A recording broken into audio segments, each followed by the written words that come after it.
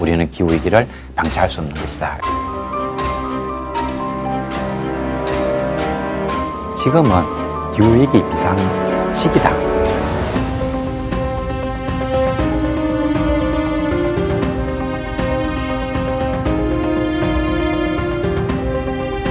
(40% 정도의 식물만 살아남고 나머지 58%는 멸종한.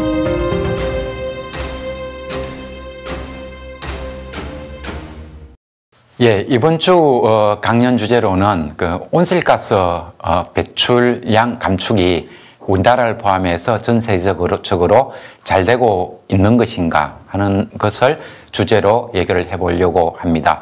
최근에 그 언론을 통해서 작년에 유럽에서 발표를 한 에미션 갭 리포트라고 하는 것이 알려지면서 이것이 많이 알려지고, 그리고 국제적으로 우리가 우려하다시피 온실가스 배출 감축은 제대로 잘 되고 있지를 않습니다. 그래서 미래에 우리 지구의 그 미래 상황은 상당히 암울해지지 않는가 하는 그런 얘기가 많이 나오고 있습니다. 그래서 그 문제를 좀 차근히 살펴보고자 합니다. 그래서 이야기의 순서는 먼저 에미션 갭 리포트라는 거, UNEP 하는 거는 UN 산하 기구죠. 전 세계 환경 문제를 다 총괄하는 그러한 기구가 되겠습니다. UN 환경 계획, 이렇게 우리말로 번역이 되는 그 UNEP인데요. UNEP에서 에미션 갭 리포트, 우리가 온실가스를 앞으로 어떻게 줄여가겠다 하고 하는 감축 시나리오가 쭉 있습니다. 그것이 있고 실제로 각국 정부가 실천을 해낸 온실가스 감축 양이 있는 거죠. 그 사이의 차이가 갭이 되겠습니다. 이렇게 갭이 자꾸 벌어져 가다 보면 앞으로 어떻게 될까 하는 것을 다룬 것이 에미션 갭 리포트가 되겠습니다. 이 내용을 이 내용에 대해서 우리가 살펴보고자 합니다. 그래서 그리고 두 번째 이야기로는 지금처럼 우리가 온실가스를 제대로 감축하지 못하고 그대로 가면 미래는 어떻게 되는가 하는 이야기도 좀 준비를 해보았습니다. 예, 이게 이제 그 문제에 오늘날 우리나라 언론에서도 많이 보고가 되고 있는 이 암울한 시나리오, 우리가 온실가스를 제대로 감축해 오지 못했고 앞으로도 잘 못할 것 같고 그래서 기후위기 문제가 우리의 우려보다도 더 크게 다가올 것 같다. 그리고 우리가 다시 온실가스를 많이 줄여서 기후위기로부터 지구 환경을 지켜낼 그 가능성은 자꾸 닫혀가고 있다. 그런 보고서 내용입니다. 자, 여기에 보면 이게 문제의 그 에미션 갭 리포트인데요. 이 제목이 이렇게 하나 붙습니다. 그 제목에 보면은 The Closing Window라고 하는 거죠. 그 우리가 기후위기 문제를, 온실가스를 줄여서 기후위기로부터 지구를 구해낼 수 있는 가능성. 그거는 금세기 말까지 산업화 이전에 비해서 지구온도 상승을 1.5도 이내로 억제할 수 있는 그 가능성. 이것이 닫혀지고 있다라는 이야기죠. 우리가 결국은 달성하지 못할 것 같다라는 이야기가 실려있는 이 보고서가 되겠습니다.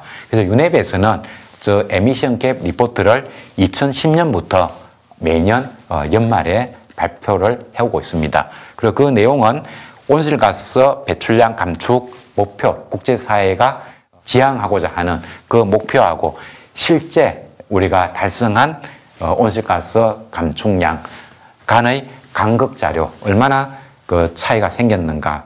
매년 보면은 우리가 목표치보다는 실제 달성한 게 훨씬 초과를 해가고 있습니다. 거기에 대한 자료를 제공하는 것이 이 보고서의 그 내용인 거죠.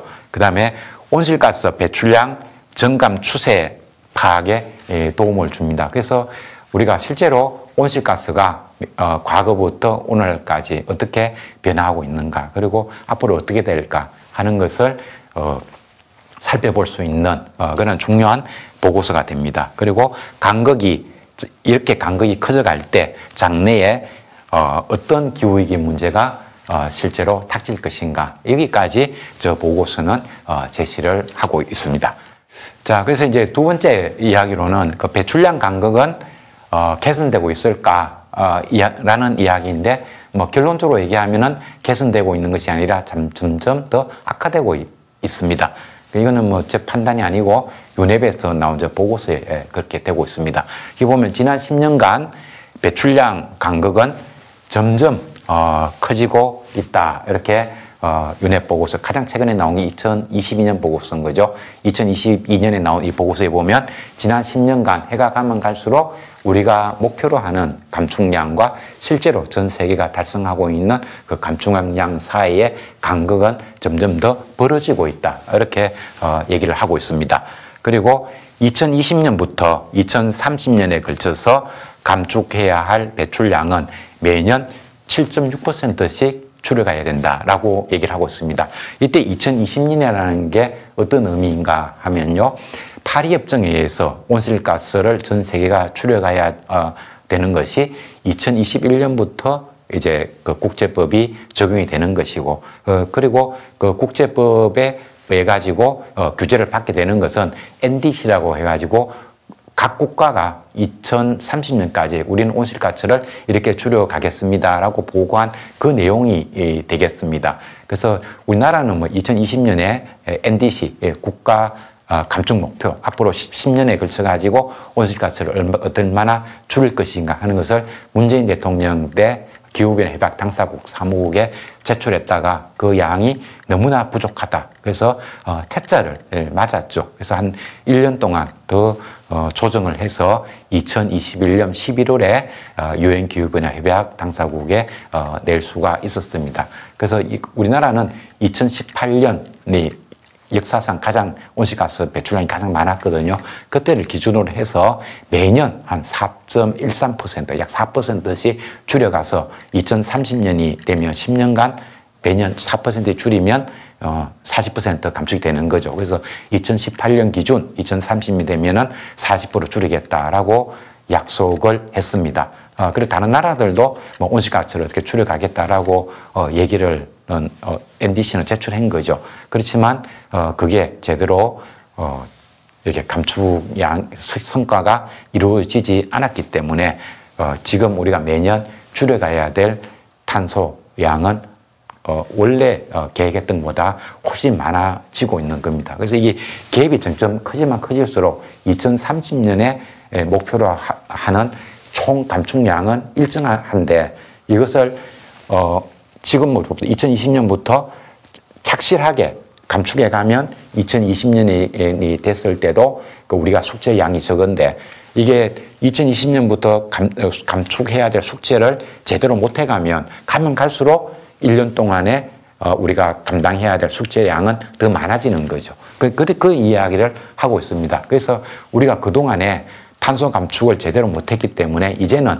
2030년에 우리가 달성하고자 하는 온실가스 감축 숙제를 다 하려고 하면은 1년에 7.6%씩이나 감축을 해야 된다는 이야기입니다. 이것이 가능할까 하면은 한마디로 말해서 거의 불가능하다. 기적이 일어나지 않는 한은 불가능하다. 세계 경제 위기가 막 닥치고 뭐 그렇게 해서 공장이 안 돌아가고 이렇게 되면은 모르겠습니다만, 정상적인 경제 활동 하에서는 이렇게 한다는 것은 불가능할 겁니다. 그래서 7.6%보다도 훨씬 더 못하겠죠. 오히려 2021, 2022 이렇게 보면은 온실가스를 감축하는 것이 아니라 오히려 온실가스 발생량이 증가를 하고 있는 지경입니다. 그렇기 때문에 우리가 해가 가면 갈수록 우리가 감당해야 될 감축 목표량은 점점 더 증가해 갈 수밖에 없습니다. 그렇게 하면 그렇게라도 해서 벼락치기로 숙제를 할 수 있으면 다행이겠지만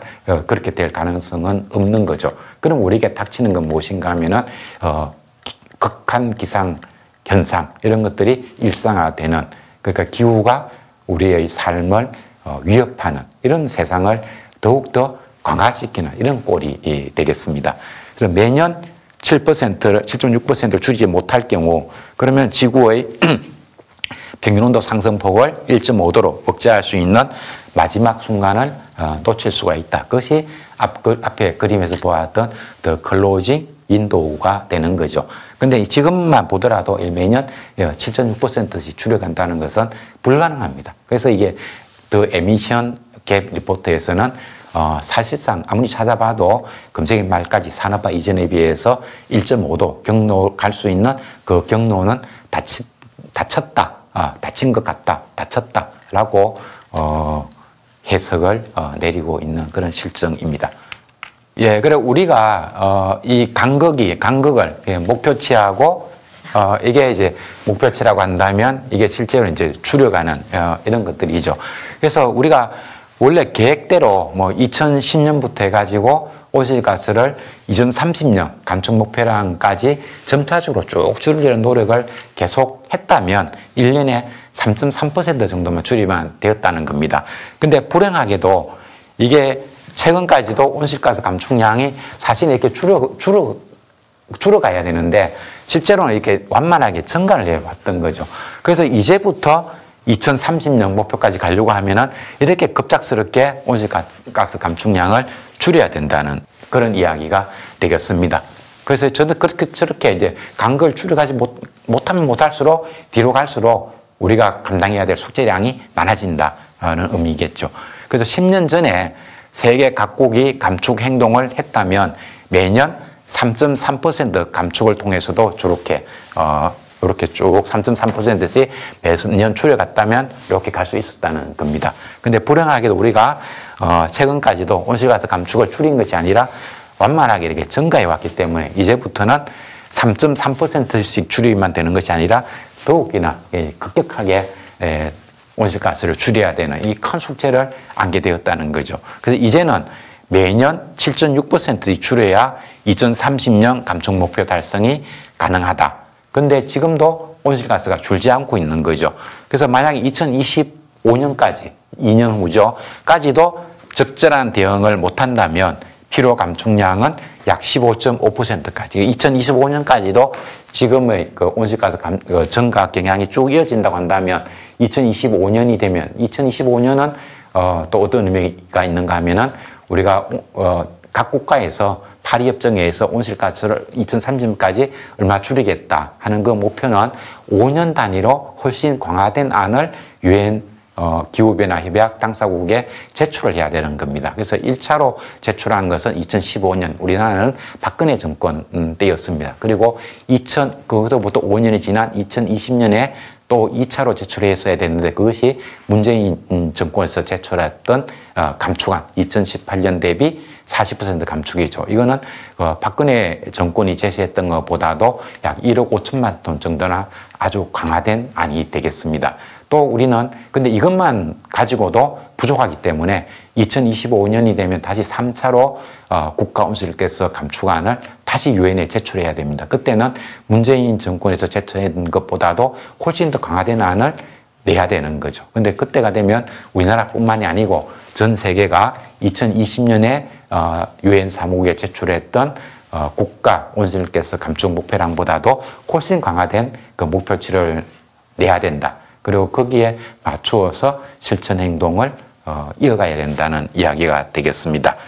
그래서 행동이 미뤄질수록 더 극단적이고 어렵고 값비싼 대가를 치러야 한다. 이게 이제 과거 같은 경우에는 예전 교토오정서 체제에서는 선진 37개국을 제외한 나머지 국가들은 온실가스 감축이 의무 감축이 아니라 성실 의무였습니다. 우리나라, 중국 전부 다 이게 성실 의무였던 거죠. 그게 그때는 온실가스 증가량이 자꾸 증가해 가도 원래 그때 이제 안핵서 왕국가 그 선진국가로서 의무 감축이 없는 나라들도 유엔 사무국에 우리는 온실가스를 이렇게 줄이겠습니다라고 국가 보고서는 계속 제출을 했었어야 됩니다. 근데 그것을 달성하지 못해도 어떻게 뭐 페널티를 받고 이런 건 없었습니다. 그렇지만 파리협정에서는 온실가스 국가 감축 목표를 내면 그 다음 감축 목표를 내야 되는 그 중간 기간 지금 보면은 2023년이 되겠죠. 그리고 2025부터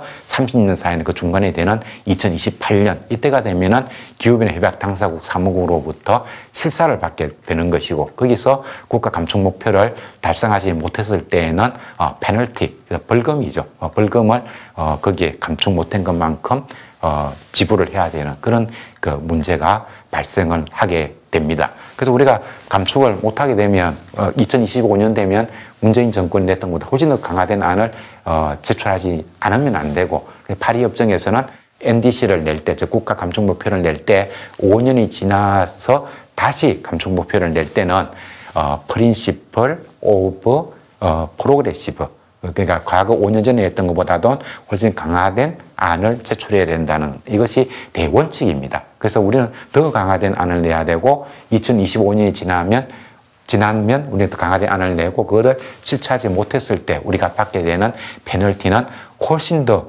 심각해진다는 이야기가 되겠습니다. 그래서 한 해 한 해 우리가 온실가스 배출을 안 하고 힘든다고 해서 안 하고 그냥 미적미적 가다 보면 그 책임은 결국은 정권을 지으면 다음 정권 그리고 사람을 보면 다음 세대에게 그 책임을 몽땅 떠넘기는 이런 꼴이 되는 겁니다. 예, 그 다음에 이제 우리나라를 한번 살펴보겠습니다. 우리나라의 경우에 그 문재인 정권에서 기후변화 협약 당사국 사무국에 제출했던 우리나라의 2030년까지 온실가스 감축 목표가 이 점선이 되겠습니다. 이걸 보면은 우리 역사상 온실가스 배출량이 가장 많았던 해가 2018년입니다. 이때를 정점이라고 얘기를 하죠. 이걸 기준으로 해서 앞으로 10년, 2030년까지 40% 감축하겠다 하는 것을 우리나라의 감축 목표로 유엔에 제출을 했습니다. 그렇게 하려면 매년 이제 4%씩 줄여가면 10년이 지나면 40% 감축이 되는 겁니다. 근데 우리가 이제 2020년에 이 감축안을 못 냈고 2021년 11월에 냈기 때문에 그때 보면은 이게 매 4% 줄여가서는 안 되고 조금 더 많이 내야 되죠. 그래서 매년 4.13%씩 줄여가면은 이 40% 감축이라고 하는 유엔에 약속했던 우리나라의 감축 목표를 달성할 수가 있습니다. 근데 어떻게 됐는가 보면은 2019년에 잘 지켰죠. 4% 줄였습니다. 18년보다는 2019년에 온실가스가 많이 줄었습니다. 그리고 2020년이 되니까 목표량보다 4%보다 더 많이 줄었습니다.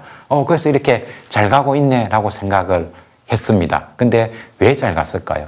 이거는 코로나 덕분입니다. 코로나 때문에 산업이 위축되어 있었기 때문에 저절로 줄은 것이지 우리가 뭐 에너지 전환을 했다든가 하는 특별한 노력을 했기 때문에 우리가 감축을 달성한 것은 아니었습니다. 아니나 다를까 코로나가 잦아든 2021년이 되면 그 전에 비해서 3.5%가 증가해버립니다. 그래서 감축 목표량보다 오히려 오버하게 되는 거죠. 그리고 2022년에는 가스값 같은 것이 폭등을 했습니다. 그래서 우리나라뿐만이 아니고 유럽도 그렇고 중국도 그렇고 석탄을 더욱 많이 뗐습니다. 그래서 아직까지 2022년 배출량에 대한 데이터가 나오지는 않았습니다만 데이터를 정리해 보면 2021년보다도 더 많은 탄소가 배출이 되었을 겁니다. 그리고 아시다시피 2022년도 겨울은 물론 유럽은 따뜻했기 때문에 화석연료 사용량이 줄었습니다만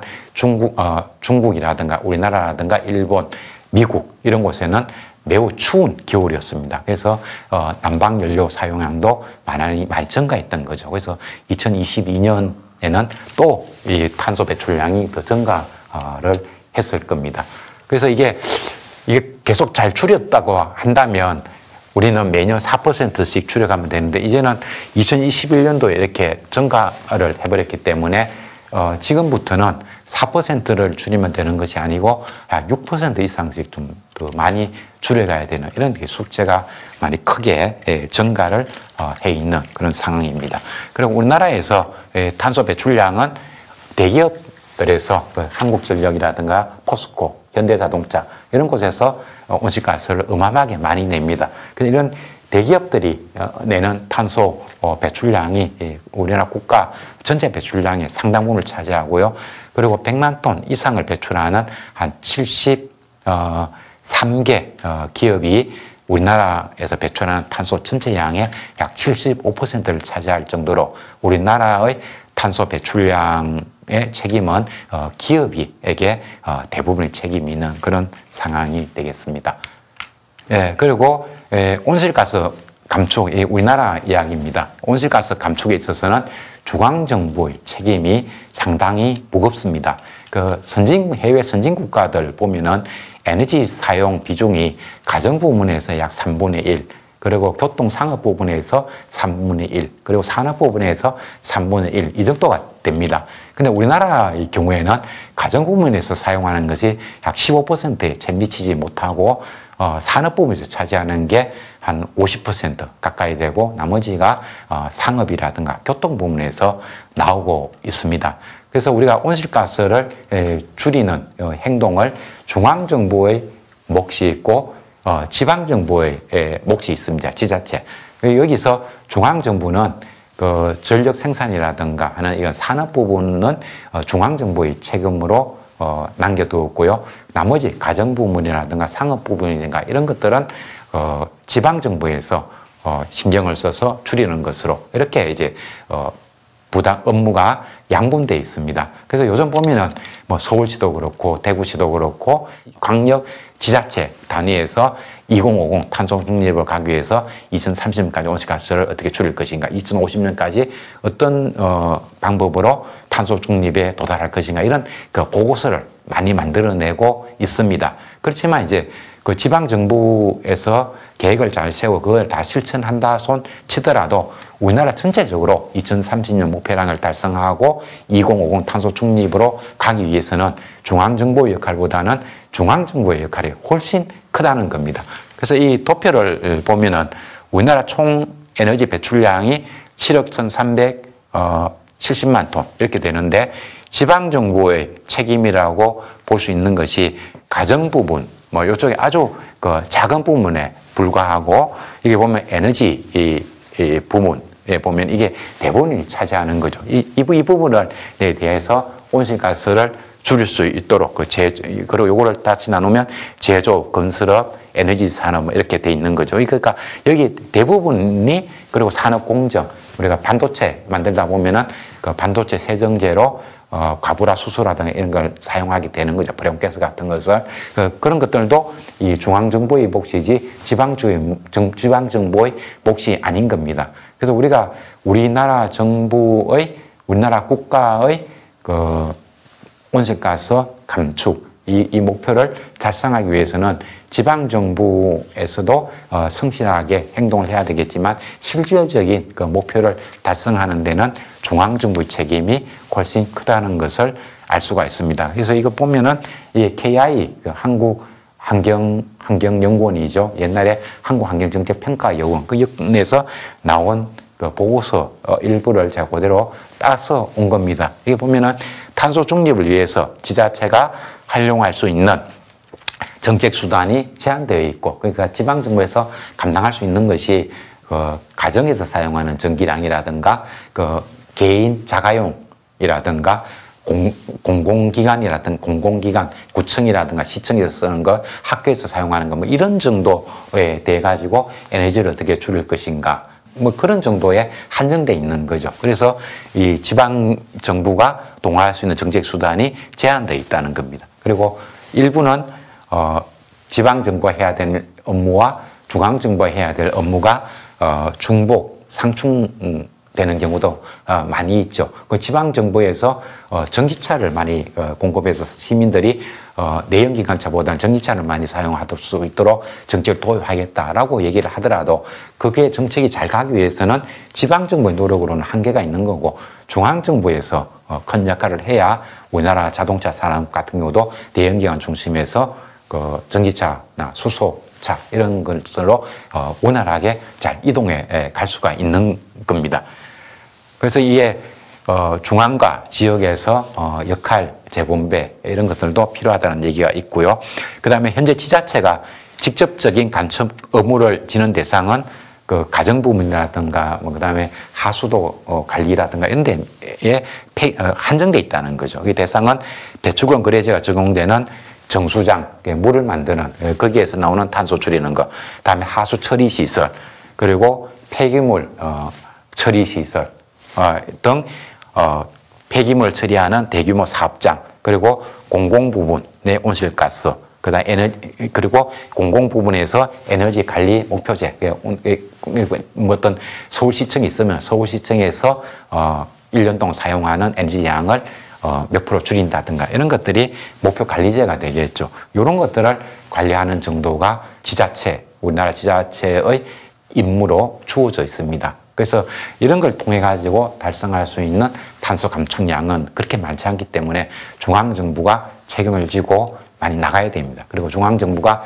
이 산업체가 탄소를 줄이는 쪽으로 나아갈 수 있도록 법도 만들고, 그 다음에 세제라든가 이런 걸 동원해 가지고 기업체를 갖다가 압박하는 그런 노력이 있어야 되는 거죠.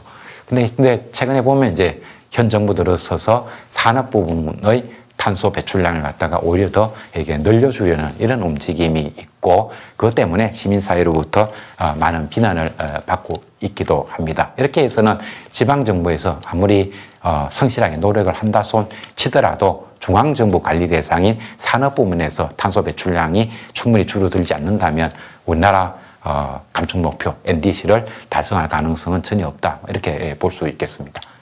예, 그 다음에 이제 마지막으로 가고 있는데요. 이런 식으로 우리나라라든가 전 세계가 탄소 감축 목표를 갖다가 달성하지 못하고 계속해서 온실가스를 원래 목표치보다 더 많이 이렇게 배출해 가면 어떤 일이 벌어질까? 우리가 받아야 될 대가는 무엇인가? 이런 이야기입니다.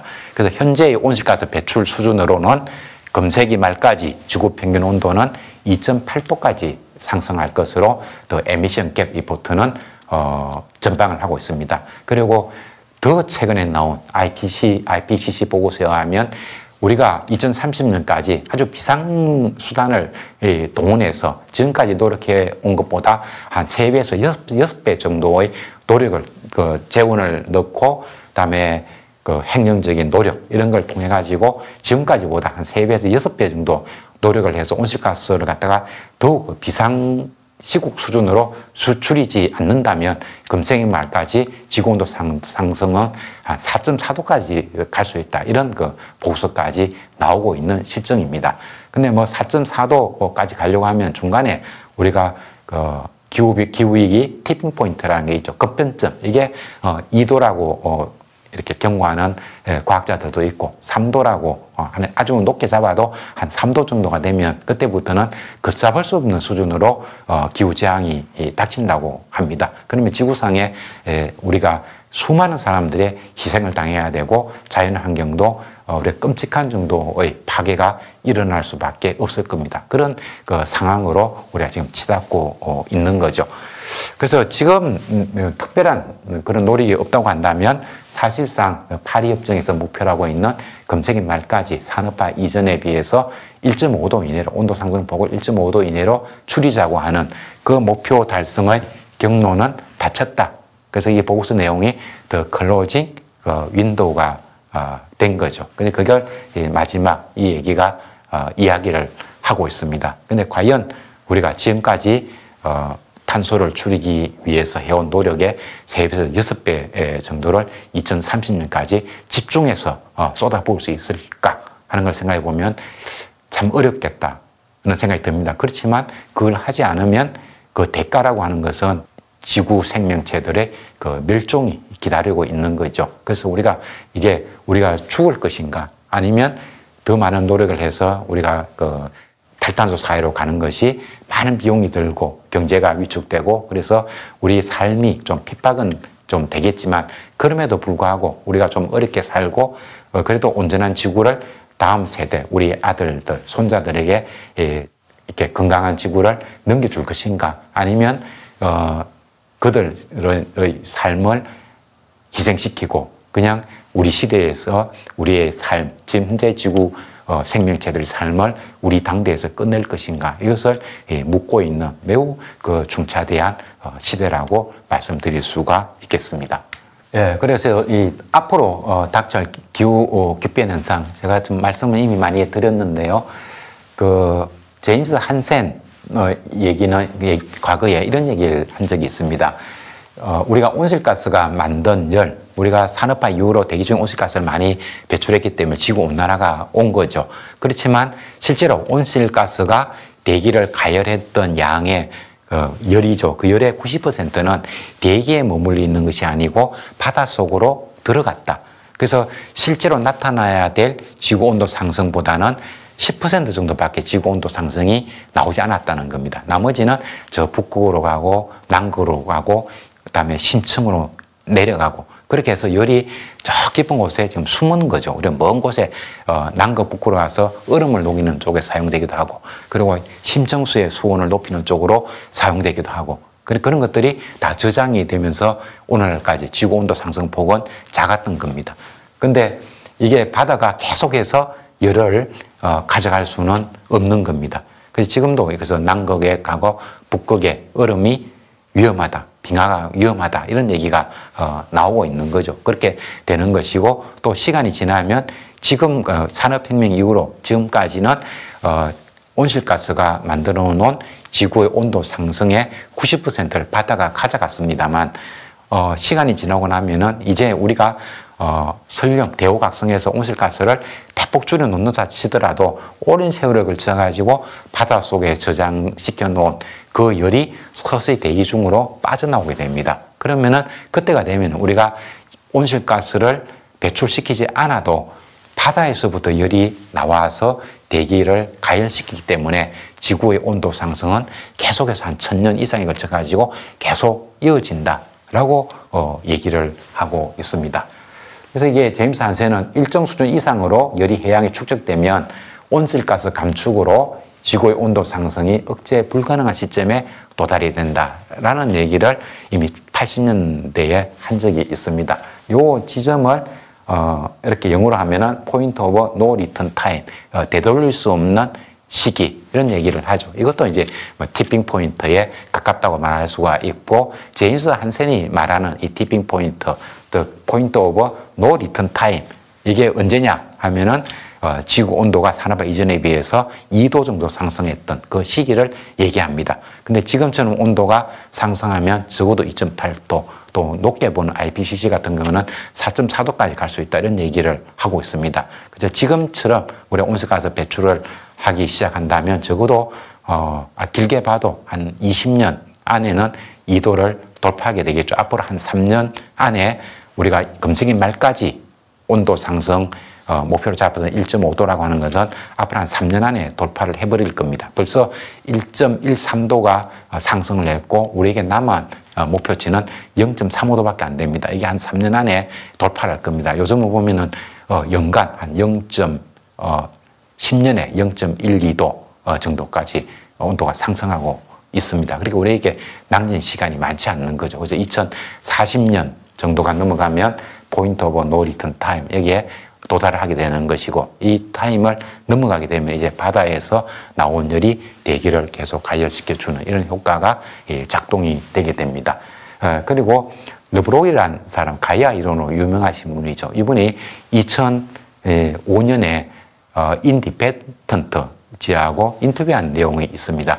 그거를 찾아보면은 르브록 얘기가 금세기 안에 기후위기 원인으로 10억 명 이상의 인명 손실이 전망된다. 이게 이렇게 될 수 있다라고 얘기를 했는데 최근에 나온 윤회 보고서 이런 걸 보면 우리가 지금처럼 온실가스를 배출하고 지구온도 상승을 허용한다고 한다면 금세기 중반쯤 되면은 기후 난민의 수가 약 10억 명 가까이 도달할 수 있다라고 하는 얘기가 나오고 있습니다. 지금도 가뭄 때문에 농사를 못 짓고 고향을 떠나서 떠돌이 생활을 하는 이런 사람들이 연간 30만 명 이상씩 나오고 있습니다.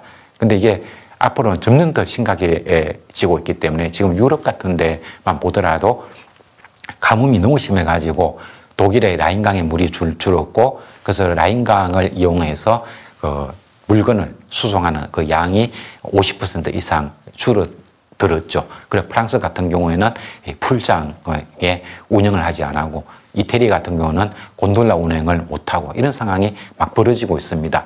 그러니까 유럽 같은 경우에는 관계시설이 잘 되어 있어도 저런 정도인데 아프리카라든가 이런 개도국 같은 경우에는 가뭄이 길게 이어지면 농사를 지을 수 없고 그러면 그분들은 동양을 하기 위해서 떠돌이 생활을 할 수밖에 없는 거죠. 그런 사람들이 기후 난민입니다. 이게 연간 30만 명 이상씩 발생하고 있는데 지금 이렇게 가면은 금세기 중반쯤 되면은 기후 난민의 수가 한 10억 가까이로 도달할 수도 있다고 얘기를 합니다. 이렇게 되면 지구 상황이 거의 아수라장, 그죠? 아비규환 이런 세상으로 점점 더 가까이 다가가고 있습니다. 그리고 토니 블레어 옛날 영국 수상이죠. 이분이 2006년도에 언론과 인터뷰한 내용을 보면 우리에게 남겨진 시간은 불과 7년이다. 그러니까 2013년이 넘어가면 우리가 손쓸 수 없다. 뭐 이런 얘기를 한 적이 있는데 이 토니 블레어 정치인이 자기 마음대로 한 얘기는 아니고 이 당시에 영국의 유명 기후학자들이 기후 모델을 런을 통해 가지고 추출한 결과입니다. 그래서 지금도 보면은 과연 그 국제사회에서라든가 이런 사람들은 우리에게 남겨진 온실가스를 줄여서 지구 환경을 구할 수 있는 시간이 이제 불과 10년도 남지 않았다는 얘기를 하는데 이미 2006년에 토니 블레어 이 시기에도 우리에게 남겨진 시간은 7년밖에 없습니다. 이런 그 멘트가 공익 광고를 통해서 많이 흘렀습니다. 우리나라 유명 개그맨이라든가 이런 사람들의 목소리를 빌려서 우리에게 남겨진 시간은 7년이다. 이런 얘기를 많이 했거든요. 근데 지금 와서 또 10년이라는 얘기를 해요. 그러면 사람들 생각에는 한 50, 60 되신 분들도 내가 초등학교 다닐 때도 석유 가채 매장량, 석유를 캐먹을 수 있는 시기는 30년을 하지만 지금은 30년이 아니라 40년 뭐 이런 얘기를 한다. 그러니까 우리에게 남긴 시간이라는 것도 2006년에도 뭐 7년밖에 안 남았다고 하더니만 그때로부터 17년이 지났죠. 그건 20년이 지났는데 지금 와서도 다시 10년밖에 남지 않았다 이런 얘기를 하니까 마치 그 석유 가채 매장량 얘기하는 거 같은 거 아니냐라고 이제 저거 또 거짓말 아닌가 이런 생각을 할 수가 있는데 우리가 곰곰이 생각해 보면 정말 우리에게 10년이 남아 있을까? 이미 끝난 건 아닐까라는 생각을 우리가 해볼 수가 있습니다. 저 개인적인 개인적인 생각이랄까요? 다른 데이터 같은 걸 이렇게 많이 보면 정말 우리에게 시간이 남겨져 있는 것인가 하는 게 상당히 의구심이 듭니다. 뭐 그렇지만 인간이 이 지구상에 살아있는 동안에는 내일 지구의 종말이 오더라도 오늘 사과 나무 한 그루를 심어야 되는 것이고 그리고 또 지구에는 기적이라는 게 있습니다. 이렇게 살다 보면 거대한 화산 폭발이 생긴다든가 그렇게 하면은 지구 온도가 일거에 한 뭐 0점 몇 도씩 온도가 툭 떨어지는 그런 또 기적이 발생할 수도 있고 그렇기 때문에 우리가 마지막 순간까지 희망은 놓아서는 안 되는 것이고 우리가 인간이 할 수 있는 노력은 다 해야 되는 거죠. 그런 의미에서 우리가 참 매우 시급하다. 그래서 지금과 같은 이렇게 한간 마음으로 기후위기 대응을 할 것이 아니라 정말 비상시국이라는 생각으로 좀 적극적으로 뛰어들어야 되지 않는가 그런 생각을 하는 것이 지금 우리의 그 책무가 아닐까 그런 생각을 해보게 됩니다. 예, 이상으로 이번 주 강연을 마치도록 하겠습니다. 고맙습니다.